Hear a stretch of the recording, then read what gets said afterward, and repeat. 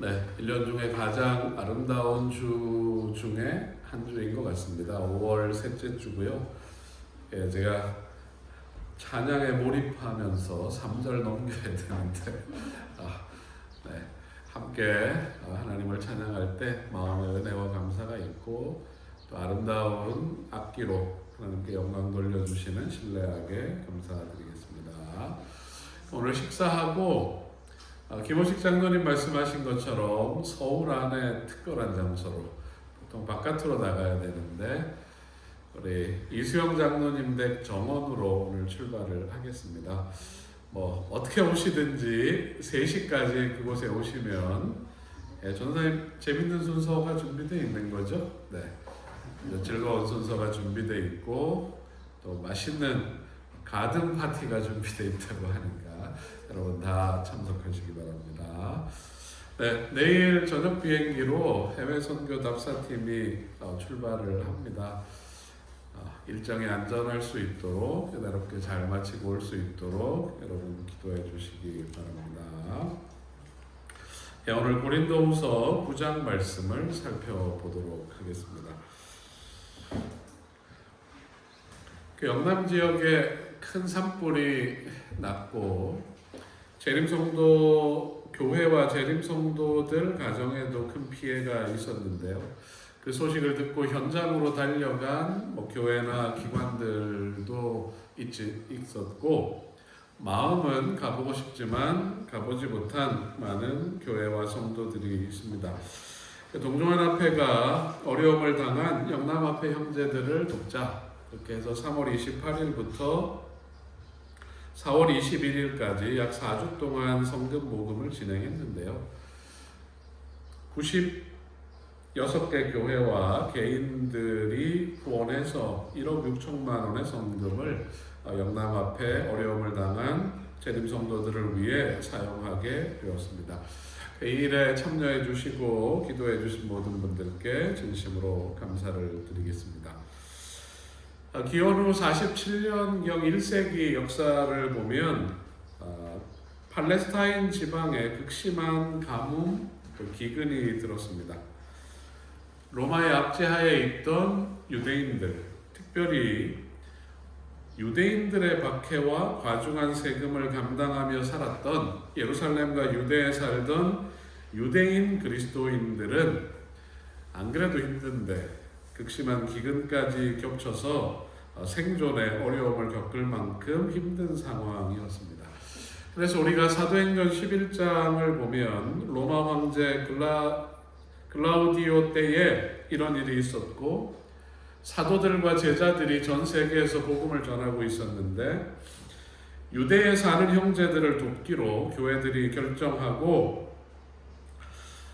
이 일을 실행하는 실행위원으로 바나바와 바울을 세웁니다.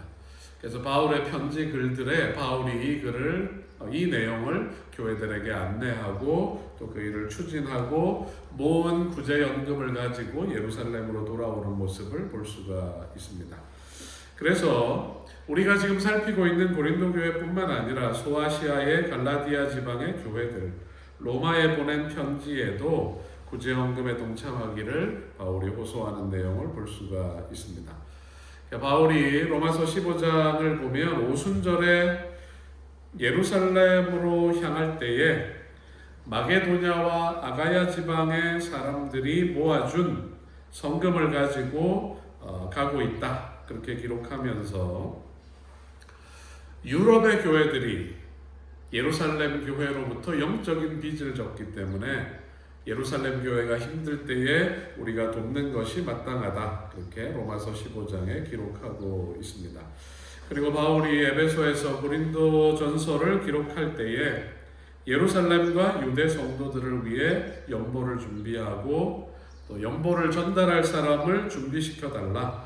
내가 예루살렘으로 갈 때 전도 여행을 마치고 바울이 원래 생각하기에는 6월절에 가고 싶었는데 예루살렘으로 갈 때 그들과 동행할 것이다. 그 내용이 고린도전서 16장에 기록되어 있습니다. 여러분, 고린도후서 9장은 우리가 하나님 앞에 헌금 생활을 할 때 자주 인용하는 성경절들이 기록되어 있는 장입니다. 하나님의 백성들은 창조주 하나님의 청지기들입니다. 맡겨주시고 축복으로 주신 것들을 잘 관리하고 유용하게 활용해야 하는 책임이 하나님의 자녀들에게 있습니다. 그래서 우리가 수입에 11조를 드리고 구원에 감사하는 각종 헌물, 구약시대에는 제사제도를 통해 표현되었고 신약시대에는 각종 헌물을 드릴 뿐만 아니라 돌봄이 필요한 사람들을 위해 구제헌금을 드립니다. 오늘날 우리도 제도화된 11조와 각종 헌물, 구제헌금을 드리고 교회는 이 헌금으로 복음사역자를 지원하고 선교의 일을 하고 교회를 유지하고 또 이웃을 돕는 일을 실천하고 있습니다. 그러니까 바울이 8장에서 여러분 지난주 말씀 생각나십니까? 생각 안 나는 게 당연합니다. 내가 너무 잘 잊어먹나? 그렇게 걱정 안 하셔도 돼요. 일주일 전 설교가 생각 안 나는 게 당연한데 내가 받은 구원, 내 속에 있는 하나님의 사랑이 진실하다는 것을 실천으로 보이라. 그것이 8장의 권면입니다. 이제 9장에서 다시 회복된 고린도 교회를 향해서 지난번에 진행하고 있던 이 구제헌금에 동참해야 되는데 이 일을 행하는 자세 그리고 그 일을 할 때 이르러오는 축복을 바울이 이야기하고 있습니다. 그래서 오늘 말씀의 제목은 착한 일을 넘치게 하심, 그런 제목입니다. 네, 좀 졸리시는 분들이 있는 것 같아서 한번 따라해 보겠습니다. 착한 일을 넘치게 하심. 착한 일을 넘치게 하려 하심이라. 바울이 그렇게 얘기하고 있는데 그 구절을 제목으로 해서 고린도후서 9장이 우리에게 주는 하나님의 말씀을 듣도록 하겠습니다. 자, 1절, 2절 같이 한번 읽어볼까요? 성도를 시작. 성도를 섬기는 일에 대하여는 내가 너희에게 쓸 필요가 없나니 이는 내가 너희의 원함을 알미라.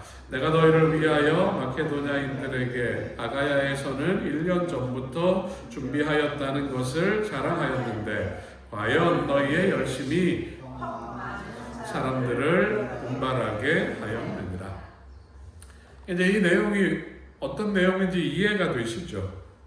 성도를 섬기는 일은 뭘까요? 예루살렘을 돕는 일입니다. 그리고 마케도냐 사람들에게 아가야에서는 1년 전부터 이 일이 진행되고 있다. 그렇게 얘기했던 건 예루살렘 구제헌금을 준비하는 일입니다. 그리고 고린도 교회가 그 일을 시작한 것이 그리스 지역에 좋은 영향을 끼치고 있다. 그렇게 이해하면 되겠습니다.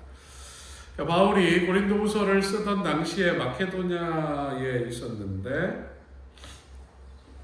바울이 몇 주만 있으면 고린도 교회에 도착합니다. 그리고 그곳에서 겨울을 보내고 그의 계획에 의하면 겨울이 지나고 봄이 와서 6월절에 예루살렘에 모금한 헌금을 가지고 돌아가는 것, 그것이 3차 전도 여행의 일정입니다. 예루살렘으로의 여정에 연보를 전달할 고린도 교회 대표를 뽑아둬라, 그렇게 얘기한 것처럼 지금 마케도니아가 많은 연보를 모아줬어요. 그럼 마케도니아의 여러 교회 대표들이 바울과 함께 고린도를 거쳐서 예루살렘으로 가게 될 것입니다. 그래서 바울은 마케도냐 대표들과 함께 내가 고린도에 도착할 즈음에는 고린도 교회가 예루살렘을 돕기 위한 연보 준비하는 일을 끝내고 있었으면 좋겠다. 그것이 바울의 바람입니다.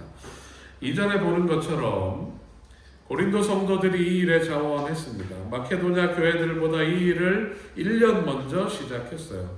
교회의 분열과 여러 문제로 잠시 멈췄지만 고린도 교회 성도들에게는 내가 이 문제의 중요성, 왜 예루살렘을 도와야 하는지 다시 말하지 않아도 여러분들은 그 일을 하기에 충분히 영적으로 성숙한 사람들입니다.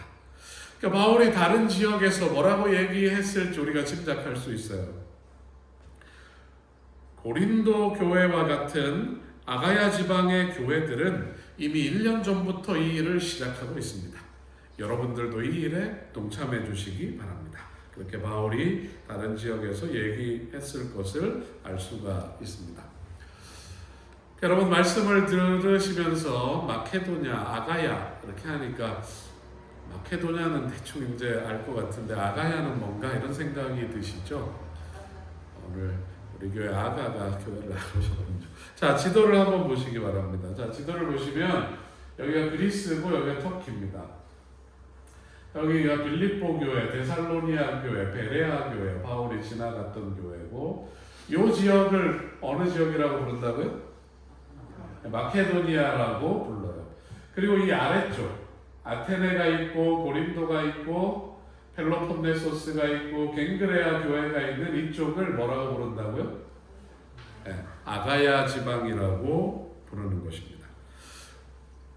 그리스의 북부 지역은 마케도냐 지방, 그리스의 남쪽 지방을 아가야 지방이라고 부르는데, 여러분이 보시기에 어디가 그리스의 중심인 것 같아요? 마케도냐가 중심인 것 같아요? 아가야가 중심인 것 같아요? 뭐 세계지리 공부하는 것 같지만 어디가 중심인 것 같아요? 아가야가 중심인 것 같아요. 아테네도 있고, 아테네는 정치와 철학과 행정의 중심이고, 고린도라는 도시도 있어요. 전체 그리스 도시 중에 제일 잘 사는 동네입니다. 그러니까 남쪽이 그리스의 중심임을 알 수가 있습니다. 우리가 살펴본 것처럼 마케도냐 지방은 지정학적으로 전쟁도 자주 일어나고 경제적으로 아가야 지방보다 못했지만 신앙에 열심히 좋은 교회들, 빌립보 교회가 생각나잖아요. 빌립보 교회가 생각나고 성경을 열심히 보는 베레아 교회가 생각이 나는 것입니다. 바울은 교회 간의 연합, 그리스 지역, 유럽에 흩어져 있는 교회 간의 연합, 상호 격려, 서로를 위한 섬김을 고무시키는 데에 그 지역의 차이를 잘 활용했습니다. 그러니까 바울이 고린도 교회 성도들에게는 어떻게 이야기했다고요? 마케도냐 사람들은 아가야 지방 사람들보다 넉넉하지 못하지만 그들이 충분히 헌신했다. 그러니까 마케도냐 사람들이 볼 때 그 도시 사람들, 돈 많은 사람들은 돈을 잘 낼 것 같습니까? 안 낼 것 같습니까? 고린도 교회가 잘 안 낼 것 같지만 고린도 교회는 1년 전부터 이 일에 헌신하고 있다. 그렇게 바울이 이야기하고 있고, 실제 고린도 교회는 그런 교회였고 바울은 그 교회에 대하여 다른 지역에 그렇게 말하고 있는 것입니다. 그래서 우리가 8장과 9장을 종합해 보면 마케도냐 지방의 교회들이 가졌던 그 열심이 아가야 지방의 교회들, 도시 교회들을 격려했고, 아가야가 1년 전에 그렇게 하기로 결심했던 그 약속을 지키는 모습을 통해서 마케도냐 지방의 교회들이 또 격려를 받게 되는 것입니다. 마케도냐가 어려운 중에 사랑을 실천할 수 있었던 것도, 잘 사는 고린도가 후한 연보를 드릴 수 있었던 것도 하나님으로부터 받은, 지역은 다르지만 상황은 다르지만 그들이 하나님으로부터 받은 구원과 은혜는 동일했고, 그 사랑과 은혜에 대한 반응으로 서로의 헌신을 격려하며 이 일에 동참하고 있는 것입니다. 그러니까 바울이 먼저 디모데와 두 사람을 먼저 보내요. 바울과 마케도냐 교회의 대표들이 도착하기 전에 연보 준비가 끝나기를 기대하고 있습니다. 그리고 바울의 권면은 그들이 잊고 있었던 자원하는 마음과 헌신의 마음을 새롭게 하고 있습니다. 그러니까 바울이 마케도냐 교회들과 아가야 지방의 교회들을 권면하는 이 방법은 예수님께서 하신 방법이기도 합니다. 좋은 격려를 받는 개인이나 단체는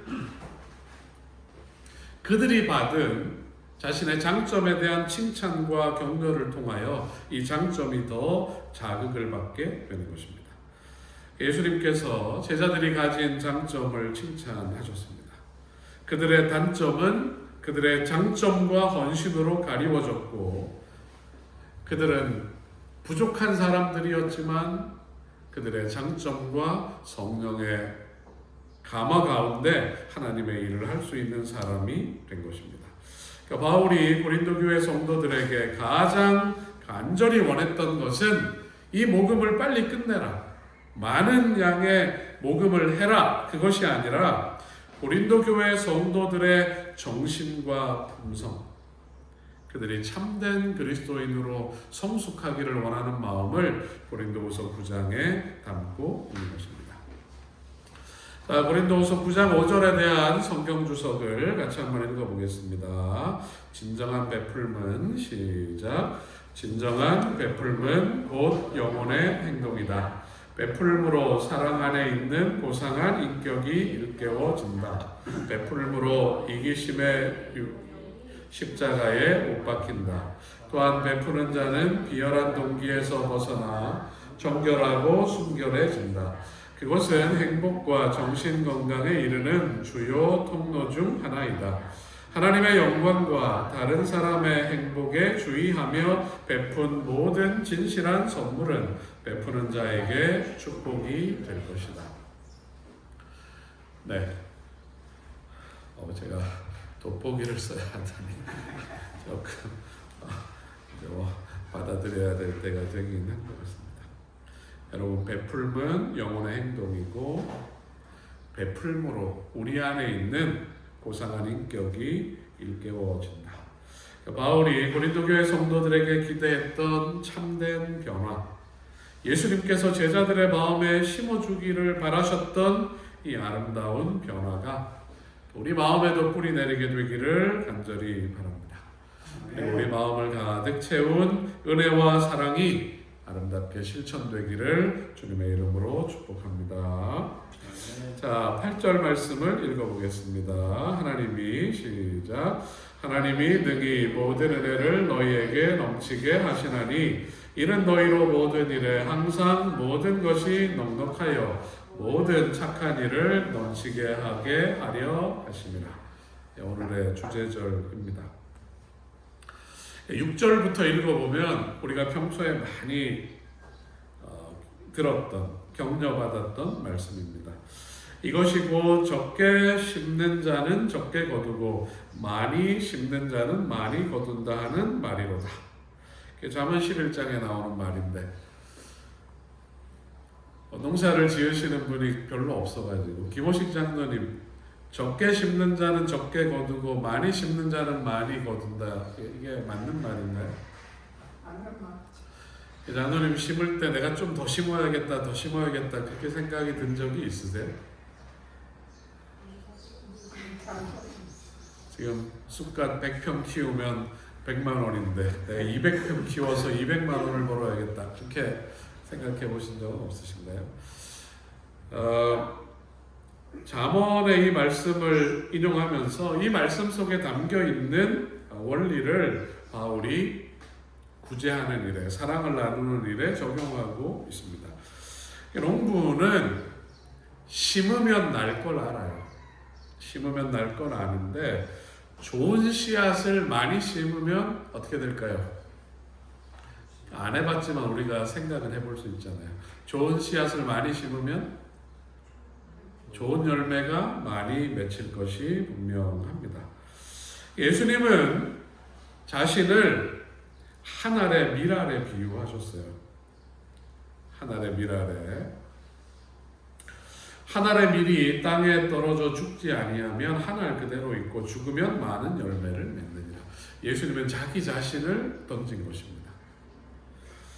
예수님의 베풀음은 희생이 아니라 내가 죽음으로 수확하게 될 수많은 구원받을 영혼들을 생각하신 것입니다. 15절의 바울의 표현처럼 하나님의 말할 수 없는 은사, 선물로 인류에게 측량할 수 없는 복이 임하게 된 것입니다. 예수님은 땅에 떨어지는 한 알의 밀이셨지만 당신의 희생과 대속의 죽음을 믿고 구원받은 수많은 사람들, 풍성하고 아름다운 수확을 바라보시며 당장 눈앞에 회심하는 사람들이 없다 할지라도 고난을 받으셨습니다. 그리고 고난 받으시지만 마음 가운데는 돌이키고 구원받을 우리들을 바라보시며 마음의 은혜와 기쁨이 충만한 것입니다. 각각 그 마음에 정한 대로 할 것이요 인색함으로나 억지로 하지 말지니 하나님은 즐겨내는 자를 사랑하시느니라.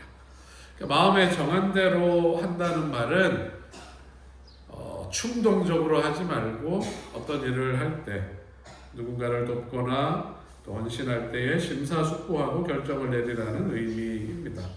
그리고 중요한 것은 그 일 속에 무엇을 담는 것입니까? 마음을 담는 것입니다. 하나님이 세상을 이처럼 사랑하셔서 독생자를 주셨다. 예수님을 보내셨는데 우리에게 선물로 주셨는데 예수님을 보내실 때에 예수님 속에 하나님의 사랑의 마음이 담겨 있는 것이 여러분 느껴지십니까? 예수님이 우리를 사랑하셔서 십자가를 지셨는데 십자가를 지실 때 예수님이 이거 너무 하기 싫은데 그 아버지는 왜 이걸 나한테 하라고 해서 그런 마음으로 하셨을까요? 마음을 담아서 그 일을 하신 것입니다. 하나님이 이 선물에 당신의 마음을 담으신 것입니다. 하나님의 은사, 하나님의 선물과 하나님의 부르심에는 후회하심이 없느니라. 하나님은 선물을 주시고 후회하시거나 물으시는 법이 없다. 그것이 바울이 우리에게 가르치는 진리입니다. 자, 같이 한번 읽어보겠습니다. 이 6절에 대한 주석입니다. 그리스도인은 시작. 그리스도인은 절대 베푸는 일을 고통스러운 경험이라고 여기지 않을 것이다. 그런 정신으로 주는 사람은 그 행위에서 아무런 유익도 거두지 못한다. 반면에 즐거운 마음으로 베푸는 자는 그것 때문에 더욱 선량하고 더욱 행복하고 더욱 그리스도 같아지는 사람이다. 왜 잘 안 들리죠? 여러분 읽으셨나요? 저만 읽었나요? 같이 읽으셨죠? 바울은 나눔과 사랑을 인색함이나 억지로 하지 말라고 말하면서 잠언 22장 9절을 인용합니다. 잠언 22장 9절이 참 좋은데 제가 여러 버전 중에 현대어 성경을 보니까 이렇게 기록되어 있어요. 가난한 이와 함께 밥을 나눠 먹느니 바라보는 그 눈길이 따뜻하기도 하여라. 참으로 복받을 사람이구나. 그러니까 바울이 인색함이나 억지로 하지 않는 사람을 하나님이 사랑하신다. 이 표현을 할 때에 잠언 22장 9절의 말씀을 인용해서 한 말입니다. 바라보는 눈길이 따뜻하기도 하여라. 그 눈길 속에 뭐가 담겨 있는 겁니까? 마음이 담겨 있어요. 하나님이 그런 마음으로 사랑을 실천하는 사람에게 복을 베푸시고 그를 사랑하신다. 그리고 그에게 은총을 베풀어 주신다. 그분의 피조물이 하나님에게 바칠 수 있는 최고의 영광은 그들의 생애에서 그 사랑을 반영하는 것이다. 이것은 세상에 하나님을 선포하는 가장 효과적인 방법이다. 자, 여러분 한번 읽어보시기 바랍니다. 그분의 피조물이 시작. 그분의 피조물이 하나님에게 바칠 수 있는 최고의 영광은 그들의 생애에서 그 사랑을 반영하는 것이다. 이것은 세상에 하나님을 선포하는 가장 효과적인 방법이다.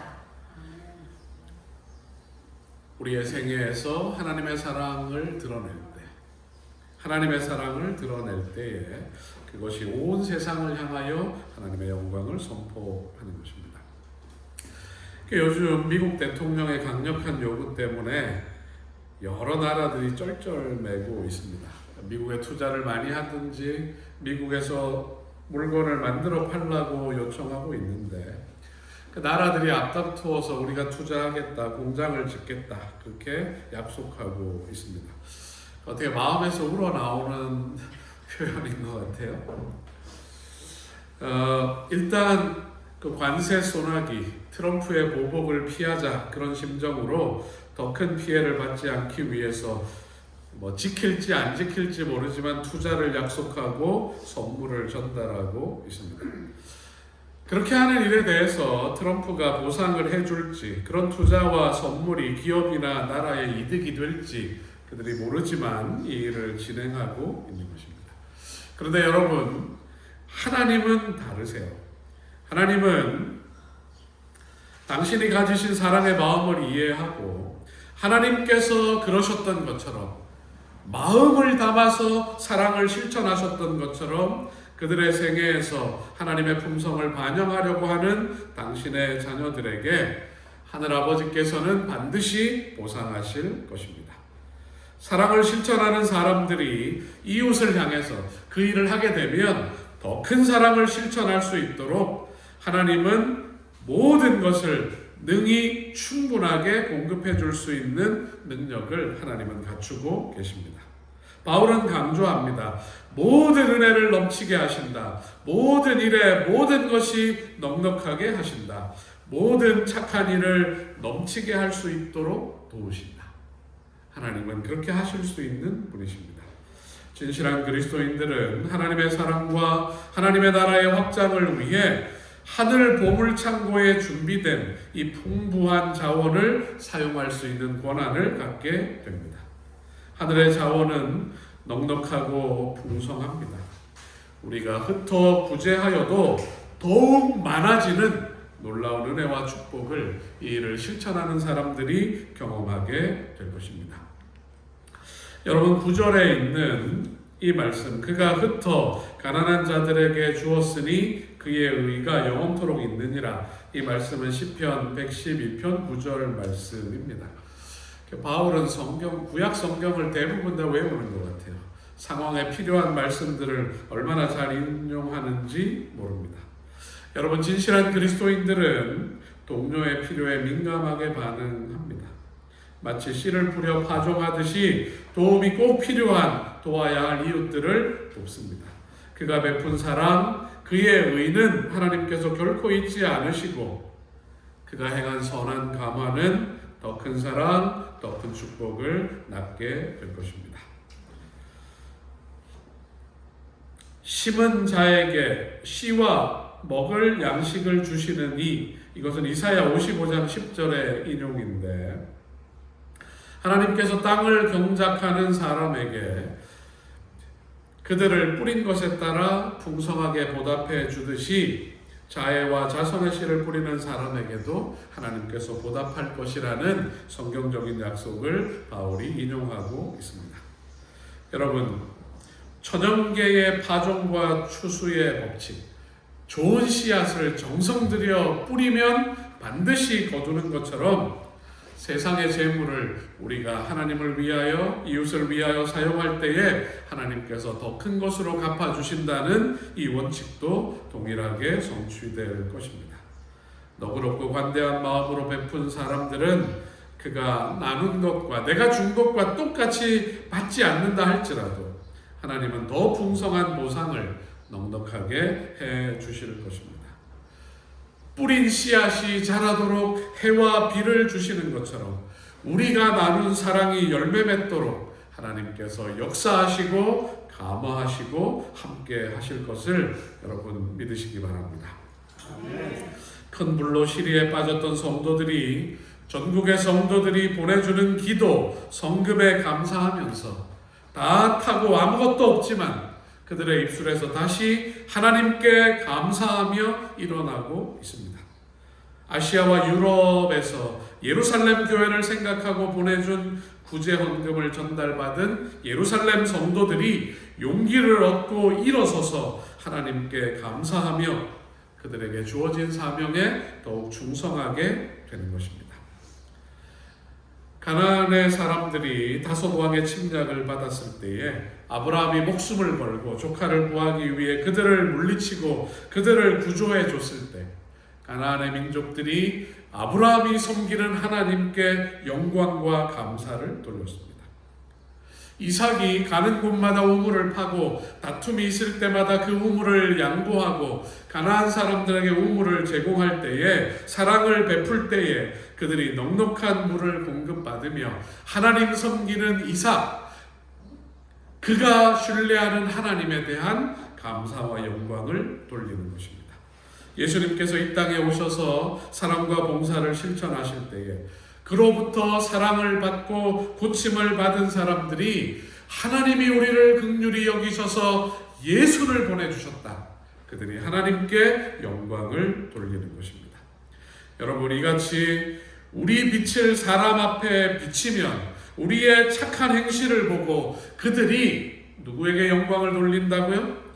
하늘아버지께 영광을 돌리는 것입니다. 세상을 향해 비추는 우리의 작은 빛은 우리의 착한 행실입니다. 우리가 행하는 사랑의 실천이 세상을 향해 비추는 빛이 될 것입니다. 그들을 위로하고 그들이 위로와 용기를 얻으면서 우리 뒤에 계신 하나님을 보고 하나님께 감사와 영광을 돌리는 아름다운 일들이 일어나게 되길 바랍니다. 내 속에 쥐어주신 은사, 나에게 주신 선물들, 나에게 주신 축복을 파종하기 시작하고 하나님께서 채워주시는 아름다운 축복을 누리며 살게 되시기를 여러분 원하십니까? 이런 아름다운 선순환과 행복과 은혜와 축복을 나누는 삶을 살게 되시기를, 그리고 우리의 이런 삶을 통해 하나님께서 영광 받으시기를 주님의 이름으로 축복합니다. 자, 9장은 이렇게 마무리됩니다. 12절 15절을 읽어보겠습니다. 이 봉사의 시작. 이 봉사의 직무가 성도들의 부족한 것을 보충할 뿐 아니라 사람들이 하나님께 드리는 많은 감사로 말미암아 넘쳤느니라. 말할 수 없는 그의 은사로 말미암아 하나님께 감사하노라. 말할 수 없는 하나님의 선물들, 우리를 통해 하나님의 선물들이 펼쳐지는 일을 통하여 그 일을 행하는 우리뿐만 아니라 이 은혜를 받는 사람들이 하나님께 감사와 영광을 돌립니다. 서두에 말씀드린 것처럼 내일 저녁 비행기로 해외 선교지 답사팀이 떠납니다. 일단 답사를 위해 떠나는데, 올해 우리가 자매 교련을 맺을 교회는 태국 북부 람빵 지역에 있는 완사오 교회입니다. 이제 구글 위성 지도로 그 교회 위치를 찾아보니까 저 산 넘고 산속에 그 작은 마을에 교회가 있습니다. 태국 북부에 해발 2,000m가 넘는 산들이 많은데 이곳에는 중국이나 라오스나 미얀마에서 이주한 묘족들, 몽족이라고 부르는 소수민족들이 살고 있습니다. 그들이 산속에서 전통 문화를 지키고 이 뜨개질을 잘해서 예쁜 옷을 만들기도 합니다. 교육이나 경제적 지원을 덜 받고 있는 지역인데 태국의 교회들이 재림교회가 이 북부 산간 지역에 많은데 특별히 이 몽족들 재림교회가 태국 북부에 많이 존재하고 있습니다. 우리가 완사오 교회를 방문하고 그들의 상황과 교회의 필요를 먼저 살피고 오겠습니다. 그리고 9월 달에 해외 선교팀이 출발할 때에 그들을 위한 특별한 선물들, 물품들을 준비하고 마을이 크지 않기 때문에 완사오 교회 교인들과 마을 사람들과 함께 즐겁게 교제하고 뛰어놀 수 있는 그런 프로그램들을 준비해서 우리가 그곳에 가서 그들의 필요를 채울 수 있으리라고 생각을 합니다. 여러분, 고린도 교회 성도들에게 예루살렘 교회를 넉넉히 도울 수 있는 그들의 마음이 준비된 것처럼 우리 율석본향교회도 몽족교회, 완사오 교회를 격려하고 도울 뿐만 아니라 그들이 믿음 안에서 성장할 수 있도록 이끌 수 있는 그런 영적인 힘, 또 경제적인 힘이 있다고 생각을 합니다. 여러분, 선교지를 돕는 일이나 이웃을 돌보는 일이나 복음을 전파하는 일에 헌신할 때 인색함이나 억지로가 아니라 즐거운 마음으로 하면 하나님께서 어떻게 하신다고요? 하나님께서 그 사람을 사랑하신다. 그렇게 이야기하십니다. 하나님의 사랑받는 성도들이 되시길 간절히 바랍니다. 하나님께서 당신의 은혜와 축복을 넘치게 부으사 모든 일에 모든 것이 넉넉하여 모든 착한 일을 넘치게 하고 하나님께 영광 돌리는 율석본영교회와 성도들이 되게 하실 것을 믿으며 오늘 말씀을 마치겠습니다.